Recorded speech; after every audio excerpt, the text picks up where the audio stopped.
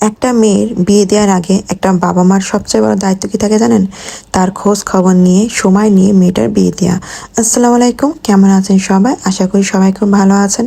হুট করে কেউ দেখতে আসলো বা ঘটকালি করলো, তারা দেখবেন কিছু কিছু ফ্যামিলি আছে 2 দিনও টাইম নেয় না, 2 দিনের মাথায় কিন্তু বিয়ের সব কিছু রেডি করে ফেলে। আর যে ঘটক থাকে সে তো বাবা সবার আগেই ব্যস্ত থাকে কখন বিয়েটা সেরে উঠবে।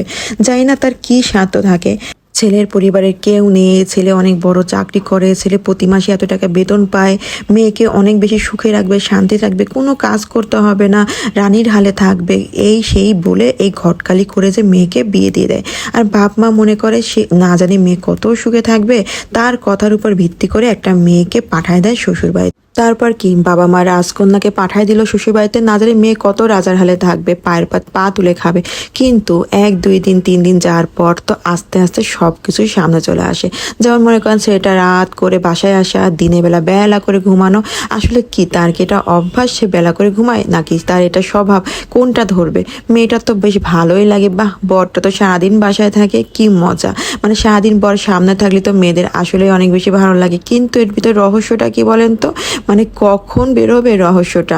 রহস্যের জাল তো অনেক বড়। বাবা মা রোজ জিজ্ঞেস করে কিরে তোর আমার কি খবর, কখন বাসায় আসে, কখন বাসা থেকে যায়, কোনো খবর থাকে না। কারণ তার তো এটা বিন্দাস লাইফ, মানে সে তো বাপের ঘরে হোটেলে বসে বসে খাচ্ছে। আস্তে আস্তে যখন টের পেয়ে যায় যে সে যে বাপের হোটেলে বসে খাচ্ছে, এটা তো সারা বলেনি ঘটকে, তখন আস্তে আস্তে শুরু হয়ে যায় মেয়েটা হয়ে যায় রাজধানী থেকে বাড়ির চাকরানি। কারণ তখন কাজে মানুষ থাকলেও তারা বের করে দেবে, কারণ হচ্ছে বেকার ছেলের বউ তুমি বাসায় বসে বসে কি খাবে, নাকি কাজ করে তো খেতে হবে, তাই না? এভাবে হাজার হাজার মেয়ে প্রতিটা দিন কিন্তু শিকার হচ্ছে এরকম ঘটকালিদের মানুষের। আসলে সব ঘটকের কথা শুনে কত মেয়েরা যে জীবনটা নষ্ট করতেছে, তার চাইতে বড় দোষ আছে তাদের বাবা মায়ের। এই সংসার কি আসলে টিকে বলেন তো? একটা মেয়ে একটা সংসারে গেলে কি চায়? তার মতো করে সে জীবন চলতে চায়, তা না তার উপরে জোর করে সবকিছু করানো হয়, তাকে ভোরবেলা উঠায় সবকিছু করানো হয়। তারপরে আবার যদি চলে আসে বাচ্চা নেওয়ার সময়, ব্যাস তারপর তার অত্যাচার আর শেষই থাকে না। মানে তাকে কয়লা কয়লা করে দেবে যদি তা আবার বাচ্চা হতে দেরি হয়। কোনো মেয়েই শ্বশুরবাড়িতে ততদিন পর্যন্ত সুখী হয় না যতদিন পর্যন্ত তার হাজব্যান্ডের কোনো কামাই রুজি না থাকে। কেন, একটা হাজব্যান্ড যদি বেকার থাকে, একটা স্বামী যদি ইনকাম না করে, তো সেই পরিবারে সেই বউটাকে কিন্তু কখনোই কেউ সম্মানের চোখে দেখে না। সবাই কিন্তু চাকর বাকরের চোখেই তাকে দেখা হয়। আমার এই কাহিনীটা হয়তোবা অনেকের জীবনের সাথে আশেপাশের অনেকের মানুষের সাথে মিলে যাবে। হয়তো কেউ কেউ শুনে বলবেন যে আমার সাথেও ঠিক এরকমই ঘটনা ঘটছে। আসলে যারা ঘটকালি করে বিয়ে করেন না, তারা অনেক দিক থেকে পস্তায়, অনেক অশান্তির শিকার হয় তারা। আবার প্রেম করা বিয়ের কথা কি বলবো, তারা তো পদে পদে শিকার হয়। অনেক দিন ধরে ইচ্ছা ছিল মায়ের মতো করে একটু রান্না করব, বড়া দিয়ে, বেগুন দিয়ে, আলু দিয়ে, মাছ দিয়ে।